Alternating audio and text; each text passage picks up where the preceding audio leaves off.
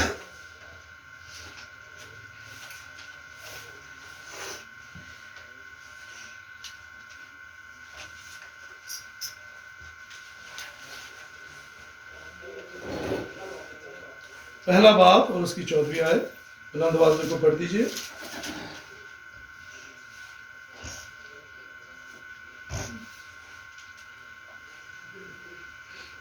خداوند کے پاک کلام میں لکھا ہے، اور کلام مجسم ہوا اور فضل اور سچائی سے معمور ہو کر ہمارے درمیان رہا، اور ہم نے اس کا ایسا جلال دیکھا جیسا باپ کے اکلوتے کا جلال۔ آمین۔